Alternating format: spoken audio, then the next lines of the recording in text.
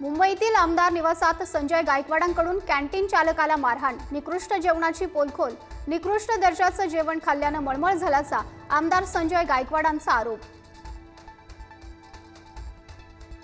सासू ख्रिश्चन, नवरा ब्राह्मण, बाप मराठा असं कॉकटेल घराणं गोपीचंद पडळकरांचा सुप्रिया सुळेंसह शरद पवारांवर जोरदार निशाणा, तर पडळकर म्हणजे विकृत, प्रशांत जगतापांचा पलटवार।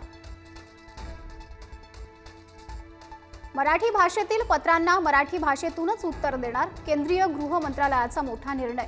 मराठीसाठी केंद्रीय गृह मंत्रालय कामकाजात बदल करणार। मीरा भाईंदर मोर्चाच्या यशानंतर ठाण्यातील मनसे नेते आज राज ठाकरेंची भेट घेणार। राज ठाकरे मीरा भाईंदरला जाण्याची शक्यता।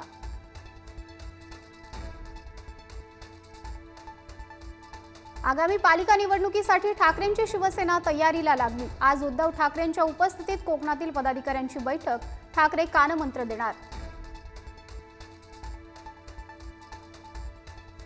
आझाद मैदानात गिरणी कामगारांचा मोर्चाला पाठिंबा देण्यासाठी उद्धव ठाकरे आझाद मैदानात उपस्थिती लावणार, मनसेही सहभागी होण्याची शक्यता।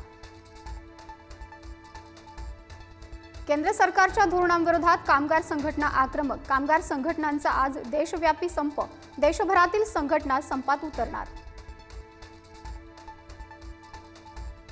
आगामी स्थानिक स्वराज्य संस्थांच्या निवडणुकीवर अजित पवारांच्या देवगिरी बंगल्यावर खलबत, दादांकडून जंगी तयारी, निवडणुकीत बहुरंगी सामना रंगणार।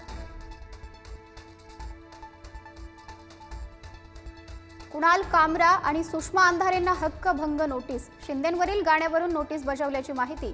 आज अधिवेशनातही पडसाद उमटण्याची शक्यता। नागपुरात मुसळधार पाऊस, अनेक सखल भागांत साचलं पाणी, नंदनवन हसनबाग भागात पूरस्थिती, शाळा आणि महाविद्यालय बंद, आजही अतिमुसळधार पावसाचा इशारा। विदर्भालाही मुसळधार पावसानं झोडपलं, भंडाऱ्यात पुराच्या पाण्यात ट्रॅक्टर वाहून गेला, तर गोसेखुर्द धरणाचे सर्व दरवाजे उघडले।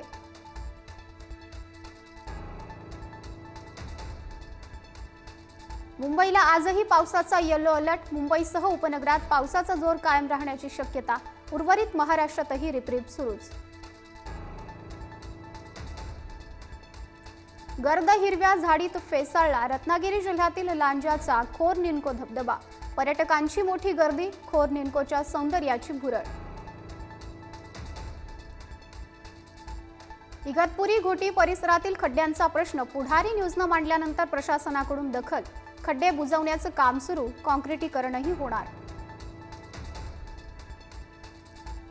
नाशिक जिल्ह्यात सुरू असलेल्या सततच्या पावसामुळे भाजीपाल्यांचे दर कडाडले, मेथी, कोथिंबीर, वांगी, शेवग्याच्या दरात प्रति किलो 50 ते 60 रुपयांनी वाढ। बाळाला डॉक्टरांनी मृत घोषित केलं, अंत्यसंस्काराला नेल्यानंतर बाळ रडू लागलं, बीडमधील चक्रावून टाकणारा प्रकार, निष्काळजीपणा करणाऱ्या डॉक्टरांची चौकशी करण्याची मागणी। जळगावमध्ये 2 दिवसांपासून बेपत्ता असणाऱ्या व्यक्तीची कुटुंबियांकडून अंत्यसंस्काराची तयारी, त्याचवेळी रघुनाथ खैरनार घरी परतले, दुसऱ्याच मृतदेहाला कुटुंबीय समजले, रघुनाथ यांचा मृतदेह। बिहारमध्ये मतदार यादी पुनरीक्षण मोहिमेवर वादंग, बिहारमध्ये बंदची हाक, याद्यांमधून अनेकांची नावं वगळली जाण्याची विरोधकांना भीती।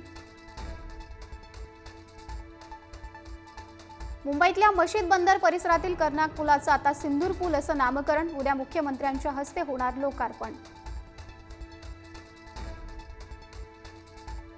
ऑपरेशन सिंदूर दरम्यान भारताची विमानं पाडल्याचा पाकचा दावा खोटाच, फ्रान्समधील राफेल बनवणाऱ्या कंपनीकडूनही स्पष्टीकरण, हवेत तांत्रिक बिघाडामुळे राफेल नष्ट झाल्याची माहिती।